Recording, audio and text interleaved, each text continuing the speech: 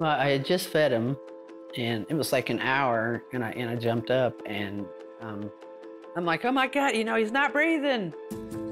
Teresa Rosenthal's twin sons were just 10 weeks old when one of them, Tristan, died of sudden infant death syndrome. Her desperate pleas to God seemed to be ignored. I was begging him to let him live, and he didn't live. A couple months later, Teresa was in her backyard warming herself by a fire pit when the pain completely engulfed her. Why am I sitting here doing all this suffering in life? I just poured gas, all over me, was fixing to step into the fire. But it was more than losing her son that sent Teresa over the edge. She'd already endured a lifetime of abuse, starting with her alcoholic dad. I just wanted to be able to love my father and not be scared of him. He would spank you harder than you needed, and just like no reason. I mean, he would beat my mother sometimes, and it's like you didn't want to hear it, but you had to hear to make sure that she was okay. My father would switch from being happy to being mean and abusive, and that's how I perceived how God was. Then there was the babysitter. For 6 months, he molested Teresa each time he came. She was just 5. He would say that he was doing that because I was being bad, and he knew I was scared of my father. Father's going to beat you, your mother's not going to love you. Noticing a change in her daughter, Teresa's mom asked if something was wrong, but the 5-year-old was paralyzed by fear and said no. Inside, I was screaming for help. Make him stop, somebody help me, but it never came out. The main thing that stuck was, I was being bad and it was my fault, and I started believing it. Her mom figured something was going on and stopped using the sitter. A few years later, Teresa's dad died, and she was left to grow up with the ugly scars of abuse. At 12, she found alcohol helped with the pain. Oh man, I was just shut down. I was isolated emotionally.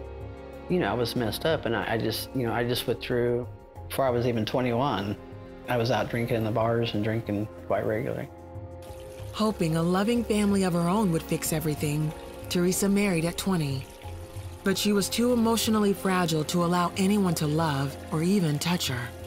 I didn't know how to be in a relationship. I felt guilty and ashamed. 2 years in, Teresa gave birth to their daughter, but her husband soon left them. For years, she would fall deeper into depression and alcoholism. At 30, she and a boyfriend had the twins. And that's when Tristan died of SIDS. Teresa doused herself with gas and planned to end it all.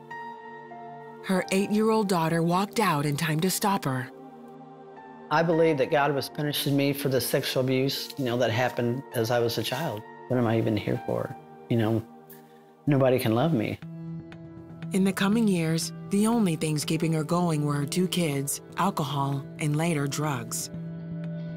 She landed in jail several times on DUI charges. During her last stint, she met some women from a jail ministry.